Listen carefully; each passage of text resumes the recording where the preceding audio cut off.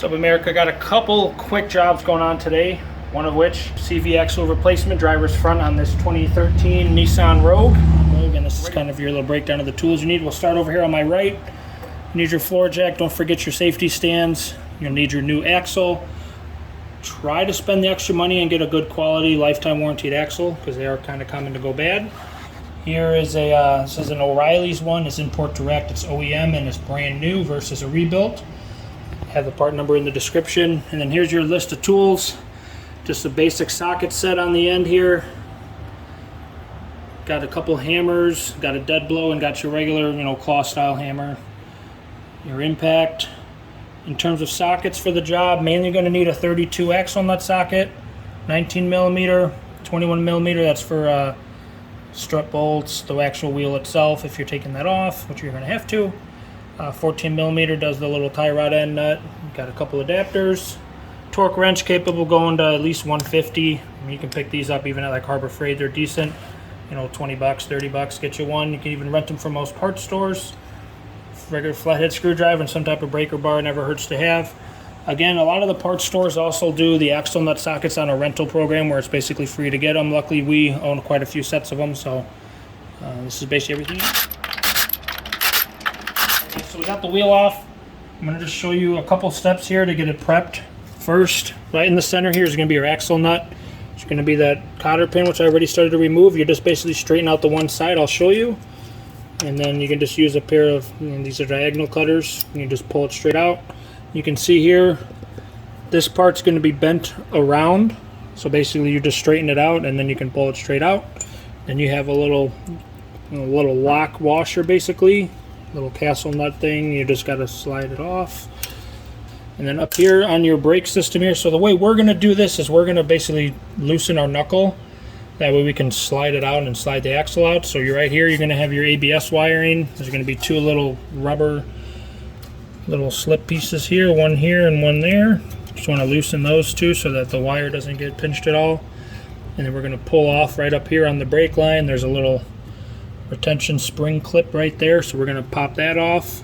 Got to get the axle nut off. It is a specially torqued nut. There's two ways to do this, one of which, if you have an impact like we do, you could just use the impact to take it off. If you don't, and you're doing it alone without the help of someone, you can put the wheel back on with the center cap off, and you'll be able to sneak the socket right in through the opening, and then you can break it loose with the car back on the ground. With the weight of it on the wheel, it'll hold it from spinning. And then, since we have the impact, we're just going to hit it with the impact, take it right off.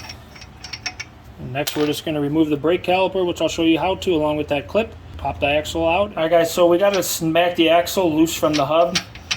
Just put your nut back on until it's flush with the edge of the axle. Just use like a 4-pound dead blow of some sort, and you're just going to tap it a couple times. And you can take your nut back off. And the axle's already loose from the hub. I got the clip loosened up here on the brake line, so basically you just hammer right on the flat part there and it'll come right out. Just kind of line your screwdriver up, give it a couple taps, it'll loosen it up. And the brake line, you just push a little back on it so that the line can come out, and then it's going to be loose. And then we'll come down to the caliper itself. It's a 19 millimeter again that holds the bracket on.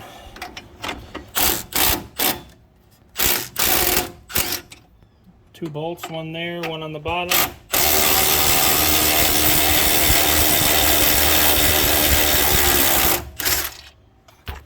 You can just take your whole bracket off, brake pads included, and just hang it up on the strut up here. So guys, we took the tie rod end, jam nut off the top, smack it on the side a couple times, and then you can just hit it right on top. That'll come out, and then your knuckle will be free, so we can loosen that. And then up here for the caliper, I just took a quick bungee cord and tied it up to the spring on the strut, just so that it doesn't get pulled on the hose or anything in our way. Everything's kind of up and out of the way. Next, we just got these two strut bolts to take off, and then we'll remove the axle. Okay, so we're going to take our 21, take these two nuts off here. Top one probably is going to spin. Hold the actual bolt with the wrench. You can run that out, and then that bolt will actually be loose. At least it should be. You just got to rock the strut a little bit. And then you can just pull the bolt right out. Now you can see it's all starting to get loose, and the axle will come right out in a minute. Got both the bolts out. We did have to hammer a little bit on the bottom one to get it to come out of the knuckle, but now that it's out, you can basically just, with all the looseness and everything here, you can just pull down on this. Your axle's already loose. Pop it out of here. And usually if you just pound it back and forth a couple times, the axle will come right out of the trans.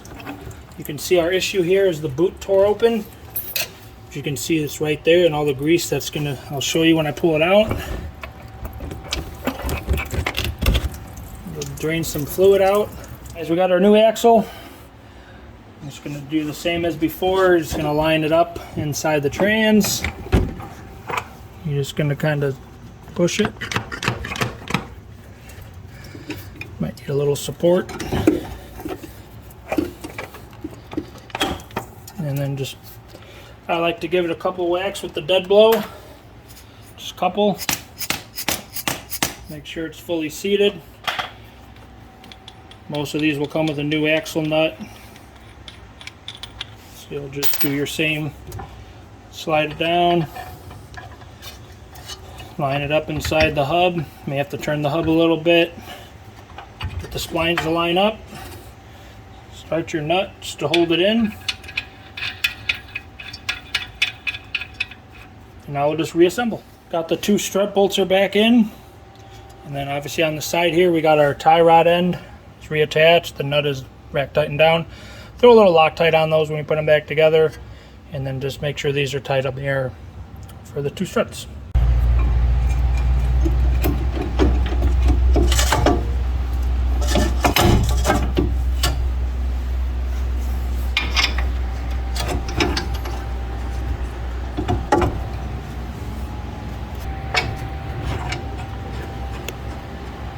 Very good. Alright guys, so we got the ABS wire reconnected. We got the brake line ran. I already started the little hold down clip. You just kind of tap it in with a hammer.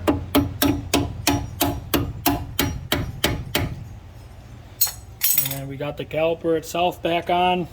Everything is torqued to spec. Last we just got to do the axle nut and refill the trans. Alright guys, we just finished torquing the nut on this. The spec on this is 133 to 136. I just had a buddy of mine hold the brake down and we tightened it. If you don't have anybody to help you do this, just again put the tire back on to keep the center cap out, put the socket right in there, put the car back down on the ground. You just have to take it back up to take the socket out. Once that's done, you just got to realign your castle nut basically, so it'll just sit on there and it'll line up the holes. Throw your cotter pin through. Tap it a little bit with your cutter. Comes out the bottom. What I like to do is just take the one side, bend it around, couple taps. Make sure it's going to be sitting to the side, like so. And then I just like to trim off the other one. Much cleaner install. That'll hold the axle in. Axle job is completely finished. The last thing to do here, before putting the tire on, just peep at your brakes. Make sure that the brake pads have plenty of life left. Ours have been newer, so we didn't have any issue. And then lastly, you just want to tighten up your wheel. Always remember to do a star pattern. Typically, if you have a wheel lock, just go 2 away from it. You can start there. You can start it, just keep your gun on low. And then the actual torque spec for the wheel is 80 foot-pounds, so make sure you're torquing it properly. Alright guys, we just finished checking the trans fluid. Let me just show you how these Nissan dipsticks actually work. So if you look right in this channel here, there's basically a little tab right here that you got to push in from the outside with like a little screwdriver or pick or something, and that'll allow you to actually pull the dipstick out to be able to check your fluid. So that wraps up the axle replacement on this 2013 Nissan Rogue. If there's anything you guys want to see, just give us a message and let us know. Don't forget about the Wisconsin Fishing League. You have until the 10th of August to sign up, as well as our American Fishing Challenge, North versus South. Thank you.